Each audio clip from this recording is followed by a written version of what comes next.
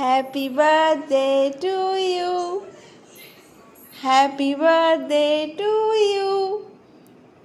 Happy birthday, happy birthday, happy birthday to you. 12টা বাজে বাবু, এই দেখ 12টা বাজে।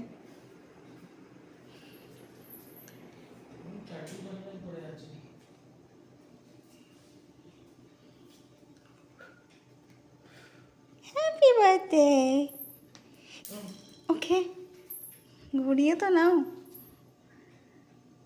ভিডিও করছি আমি। কেক কাটবে তো? থ্যাংক ইউ বলো। চলো ঘরে চলো, চলো ওটা থাক, চলো।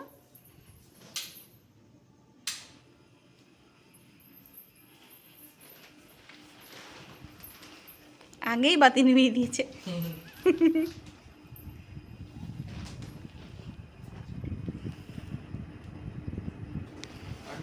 কাটো। কি লিখেছি? বাবুই। বাবুইকে হ্যাপি বার্থডে।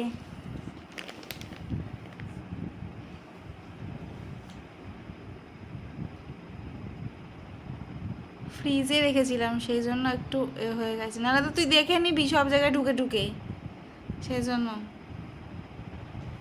তুই খা আগে, তুই খা। আমি খাওয়াবো তোকে। ভাঙছো কেন? পুরোটা খাও। আমি আমি আমি আমি আমি ঘোরো, আমার দিকে ঘোরো, এরকম ভাবে তুমি তো দেখতে পাবে।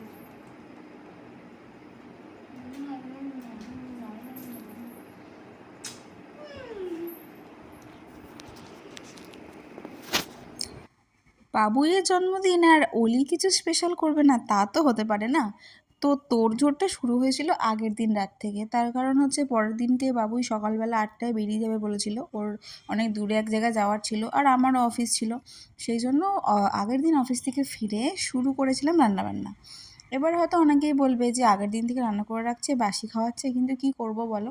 আমার পক্ষে পসিবল হলে আমি দিনের দিন রান্না করে খাওয়াই, কিন্তু যদি আগের দিন রান্না না করে রাখতাম, সকালবেলা ওই 8টার সময় বেরিয়ে গেছে, 8টার মধ্যে আমার এত কিছু রান্না করা সম্ভব হতো না। তো লাইফে ফার্স্ট টাইম আমি পায়েস রান্না করছি, মাকে জিজ্ঞাসা করে করে পুরো রান্নাটা করেছি। মাকে সব কিছু জিজ্ঞাসা করেছি, কতটা দেবো, কী দেবো, সর্বস্ব সব কিছু। তো এখানে আমি ওই 50 গ্রামের মতন চাল নিয়েছিলাম, আর খেতে সুন্দর হবে বলে আমি কী করেছি, 1 কিলো একটা আমুলের একটা দুধের একটা লিকুইড একটা প্যাকেট নিয়ে নিয়েছিলাম। তো তার মধ্যে মিষ্টির জন্য আমি ইউজ করেছিলাম বাতাসা। বাতাসা দিলে না টেস্ট তো ভালো হয়, আর একটা সুন্দর একটা রঙ আসে। এই যে বাতাসাটা, এটা তো একটা গুড়ের বাতাসা, আখের গুড়ের বাতাসা, একটা খেজুরের গুড়ের বাতাসা পাওয়া যায়, একটু কালচে কালচে দেখতে হয়, ওটা না এখানে পাওয়া যায় না, আমার বাড়ির ওদিকে পাওয়া যায়। তো ওই বাতাসাটা দিলেও খুব সুন্দর রঙ হয়। এবার এটা যখন বাতাসাটা গলে গেছে, চালটাও প্রায় অনেকটা সিদ্ধ হয়ে গেছে, তখন আমি দিয়ে দিলাম কাজু বাদাম বাটা। কাজু বাদাম বাটা দিলে না জিনিসটা অনেক বেশি রিচ ব্যাপারটা হয়, মানে ক্রিমি ক্রিমি ব্যাপারটা হয়। তো কাজু বাদাম বাটাও দেওয়া হয়ে গেল। এবার খানিকটা ফুটে যাওয়ার পরে, যখন চালটা প্রপার সিদ্ধ হয়ে গেছে, তখন আমি দিয়ে দিলাম ঘরে তৈরি করা ছানা। ছানাটা কিন্তু বাইরে থেকে কেনা না, এটা ঘরেই বাড়িতে আমি তৈরি করেছিলাম, বাড়িতে তৈরি করা ছানা। এবার ছানাটা দেওয়ার পরে ছানাটাকেও মানে ভালো করে মিক্স করতে হবে সুন্দর করে, মানে ব্যাপারটা হচ্ছে যা যা দিয়ে তুমি করতে পারো সব কিছু দিয়েই সুন্দর খেতে লাগে। চাল দিয়ে পায়েস করলেও খেতে ভালো লাগে, সেম অ্যাজ শুধুমাত্র যদি ছানার পায়েস করতে চাও সেটাও ভালো লাগে। পায়েসে তুমি যত জিনিস দেবে তত খেতে সুন্দর হবে। তো এরপরে আমি কিছু ড্রাই ফ্রুটস যেগুলো ঘরে অ্যাভেলেবেল ছিল সেগুলো দিলাম। দিলাম কাজু, কিশমিশ, আর একটুখানি আমন্ড কুচি, আর আবার খানিকটা মানে নেড়ে চেড়ে দিলাম। যেহেতু পায়েসটা আমি কখনও করিনি, সেই জন্য না আমি মানে হাঁড়ির মধ্যে করে পায়েস করিনি। এরপরে দিয়েছিলাম আমুল স্প্রে। আমুল স্প্রেটা অ্যাকচুয়ালি আমি এক হাতে ক্যামেরা ধরে মানে ফোন ধরে আর এক হাতে রান্না করছি, তো সেই জন্য আমার একটু প্রবলেম হচ্ছে। বাট আমুল স্প্রেটা দিয়ে না সাথে সাথে খুন্তি দিয়ে যদি ভালো করে স্পিডে নাড়িয়ে দেওয়া যায়, তাহলে কি হয় জিনিসটার লাম্পসগুলো পড়ে না। এই জিনিসটা দেখো দেখো কীরকম দলা পাকিয়ে যাচ্ছে না, ওই দলা পাকানোর ব্যাপারটা হবে না। তো তারপরেই দিয়ে দিলাম দিলাম আরও একটু ঘি। প্রথমে তো দেখানো হয়নি, চালটাকে আমি একটু ঘি মাখিয়ে রেখেছিলাম, তো তারপরে শেষে আবার একটু কাঁচা মানে ঘি দিলাম। এই ঘিটা দিয়ে একটুখানি জাস্ট নেড়ে চেড়ে নামিয়ে নেব। যে কোনো রান্না মানে যে কোনো রান্নায় যে রান্নায় ঘি পড়বে, আমি সেই সমস্ত রান্নাতেই না ঘি শুরুতে একটু কম দিই, শেষে নামানোর আগে একটু ঘি দিয়ে দিই। তাতে কী হয়, ঘিয়ের গন্ধটা থাকে, ঘিয়ের গন্ধটা নষ্ট হয়ে যায় না। আর আমার ওই ঘিয়ের স্মেলটা সুন্দর বেশি বেশি আসে, আমার ওই ব্যাপারটা খুব ভালো লাগে। তো এবার যেহেতু আমি ফার্স্ট টাইম রান্নাটা করছি, তো সেই জন্য আমি হাঁড়ি করে করিনি, কারণ আমি হাঁড়ি করে ভরসা পাচ্ছিলাম না যে হাঁড়ি করে হবে কি না। তো সেই জন্য আমি কড়াই করেই পায়েসটা করেছিলাম। তো পায়েস তো রেডি। এবার আমি বানাবো চিকেন দো পেঁয়াজা। তো চিকেন দো পেঁয়াজার জন্য ফার্স্টে আমি কী করেছি, আদা রসুন আর কাঁচা লঙ্কা একসাথে পেস্ট করে নিয়েছি, আর একটু পেঁয়াজ পেস্ট করে নিয়েছি, আর নিয়ে নিলাম বেশ অনেকটা টক দই। দো পেঁয়াজাটা খাওয়ার বায়নাও বাবাই করেছিল যে আমি ফ্রায়েড রাইস খাবো আর দো পেঁয়াজা খাবো। তো সেই জন্যই পায়েসটা রান্না করার পরে আমি দো পেঁয়াজাটা এবার ম্যারিনেট করবো। অ্যাকচুয়ালি পায়েসটা একদিকে চাপিয়ে দিয়ে আমি অন্যদিকে মাংসটা ম্যারিনেটটা করছিলাম, দুটো একসাথেই করছিলাম।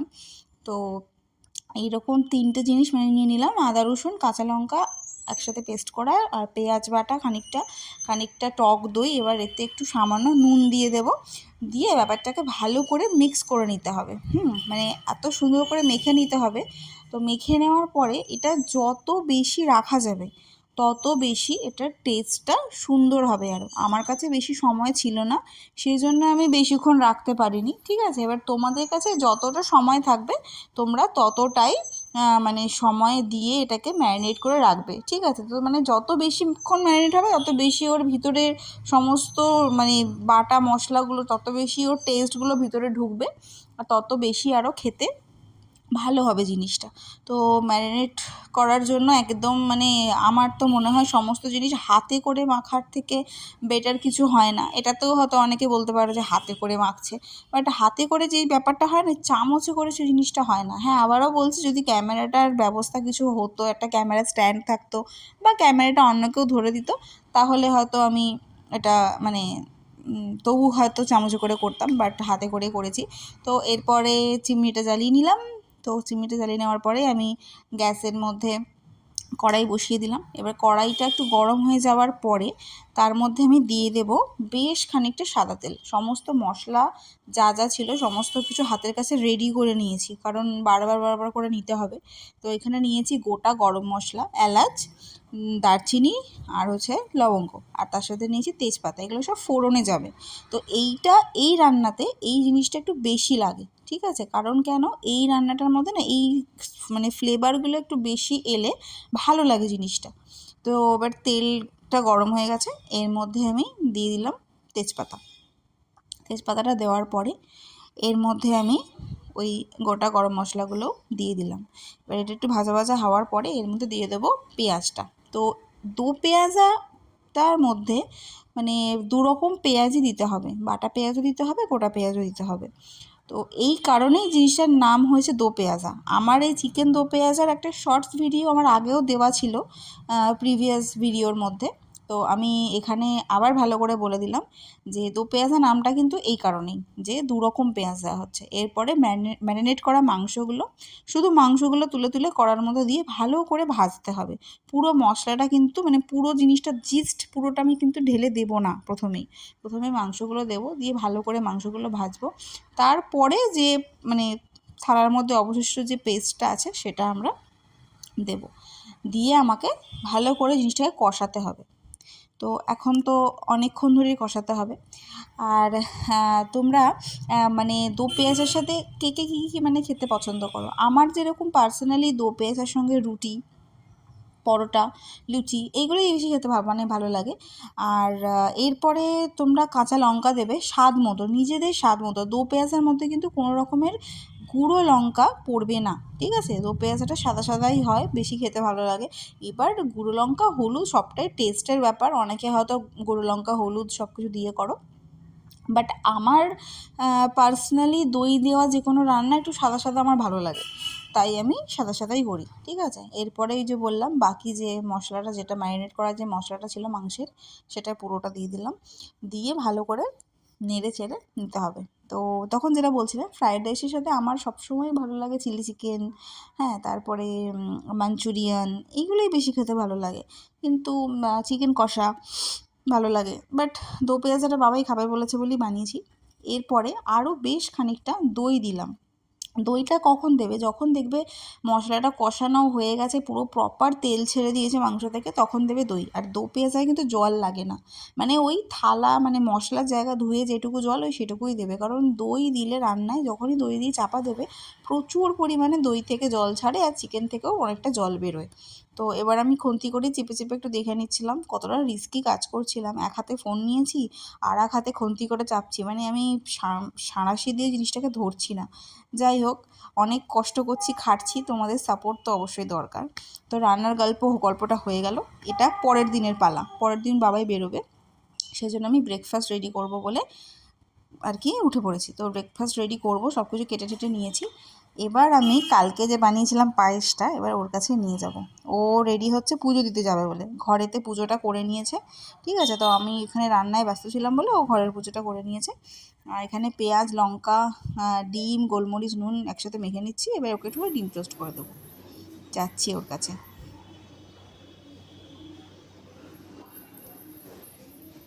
এই যে পুজো টুজো সব দিয়ে নিয়েছে, রেডি হচ্ছে পুজো দিতে যাবে বলে। বাবুই, হ্যাপি বার্থডে। কি গো? দই হ্যাঁ, পুজোটা খাও দিয়ে আসি। খাও, আগে খাও, এক চামচ খাও। পায়েস বাবা ফোন করবেন? এটা তো সেকেন্ড সারপ্রাইজ ছিল। আচ্ছা বাবা, কেমন? সত্যি আমি ফার্স্ট করলাম পায়েস, কখনো করে নিয়ে এর আগে। বাড়িয়া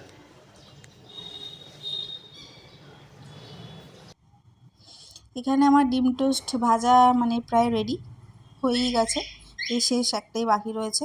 ডিম টোস্টটা ভেজে নিচ্ছি, এক্ষুনি চলে আসবে পুজো দিয়ে। ডিম টোস্ট আমি খুব একটা পছন্দ মানে করি না, কিন্তু বাবাই ডিম টোস্ট খেতে ভীষণ ভালো লাগে। আর এটা ছিল তন্দুরি মেয়ো। তন্দুরি মেয়োটা পার্সোনালি আমার ভীষণ ভালো লাগে খেতে। তো আমি ডিম টোস্টের মধ্যে একটুখানি করে তন্দুরি মেয়ো দিয়ে দিচ্ছিলাম, যাতে আরও টেস্টটা বেশি ভালো লাগে। মানে জন্মদিনে স্পেশাল কিছু তো দিতে হবে, ডিম টোস্ট দেওয়ার একদমই ইচ্ছা ছিল না, বাট তাও কি করব, ডিম টোস্ট দিয়ে দিলাম।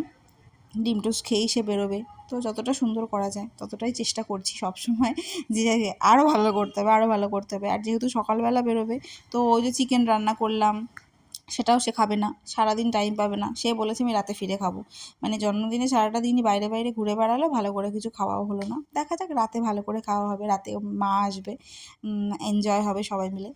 তো সেই জন্য তাড়াতাড়ি তাড়াতাড়ি করে আমি করছি, যে ওখানে দেরি হয়ে যাচ্ছে, আমাকে পেছন থেকে তাড়া মারছে, হলো হলো হলো, আর আমিও তাড়াতাড়ি তাড়াতাড়ি করে তন্দুরি মেয়োটা লাগিয়ে রেখে নিচ্ছি। তো এবার একটুখানি চাপা দিয়ে দিলাম, দেখতেই পাচ্ছে দেখো আমি ফোনটা হাতে নিয়ে।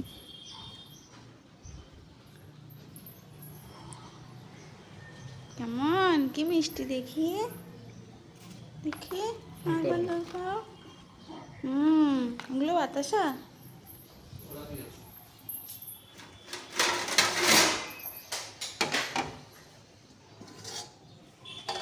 তাড়াতাড়ি করে এবার খাবারটা বেড়ে দিচ্ছি, পুজো দিয়ে চলে এসেছে, এবার তো দিতেই হবে, কারণ আর দেরি করা সম্ভব না, এবার তো বেরোবে খেয়ে দিয়ে। তো তোমরা তোমাদের হাজব্যান্ডদের বার্থডেতে কী কী করো? আমি মানে এই লাইফে ফার্স্ট আমি কত দিচ্ছ হাজব্যান্ডের তুমি বার্থডেতে নাও? পায়েস করলাম, মাংস টাংস রান্না করে আবার খাই, করবো? ভালো মন্দ আরো রান্না দেবো করে তো, খাওয়াই, দাঁড়াও। বাট আরো দেবো? এটা একদম দেবো। মানে সব কিছু করছি, এটা একটা আলাদাই আনন্দ। বেশ, দিয়ে দিলাম পায়েসটা,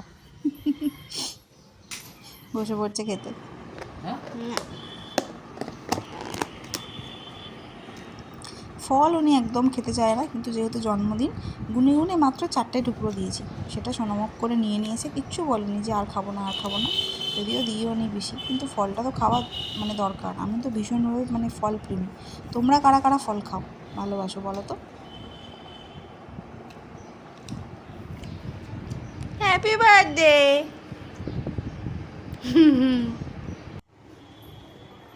এবার পালা রাতে। সারাটা দিন অফিস করে দুজনেই চলে এসেছি। বাড়িতে এসে তাড়াতাড়ি করে সবজি টবজি সব কেটে ফ্রায়েড রাইসটা বানিয়ে নিয়েছি, গরম গরম ফ্রায়েড রাইস। আর তার সাথে ছিল দো পেঁয়াজাটা। আর মা আসার সময় এনেছিল আমাদের জন্য একটু রসগোল্লা আর বোঁদে। তো একটুখানি স্যালাড কেটে নিয়েছি। বাবাই শশা খেতে পছন্দ করে না, সেজন্য আমি শশাটা কাটিনি। এবার ভালো ছবি আসবে। লাইটটা জ্বলে দেখি, ভালোই ছবি আসছে।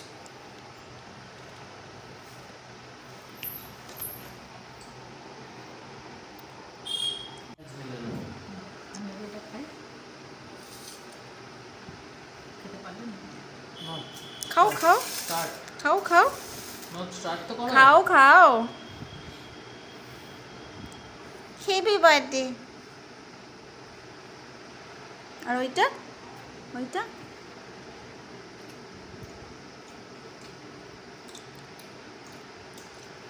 টপ কেমন? ভালো।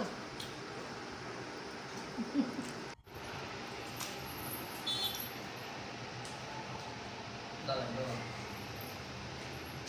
ছবি তুলছি না, আমি ভিডিও করছি। আচ্ছা আমি ভিডিও করছি, আমি ছবি তুলছি না। যা বাবা।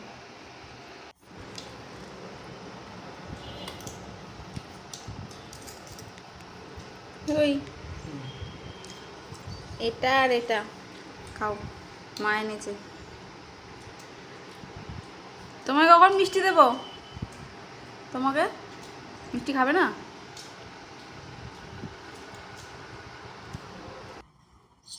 এইভাবেই বার্থডের দিনটা কেটে গেল। বয়সটা বেড়ে গেল। আর এইরকম একটা পোজ বার্থডেতে দেওয়া হচ্ছে ওর ম্যান্ডেটারি, ওকে দিতেই হবে এরকম একটা পোজ। আর ভগবানের কাছে এটাই চাই যে ও সবসময় সুস্থ থাকুক, হাসি খুশি মনে থাকুক, একদম চিন্তামুক্ত হয়ে থাকুক। আর আমাকে সহ্য করার ক্ষমতা ভগবান ওকে ভরে ভরে ভরে ভরে দিক।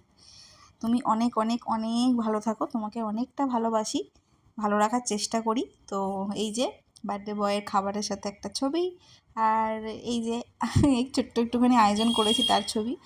আর এই যে শ্বশুরবাড়িতে আমার একটা ছোট্ট পরিবার। দেখা হবে পরের ভিডিওতে। টাটা।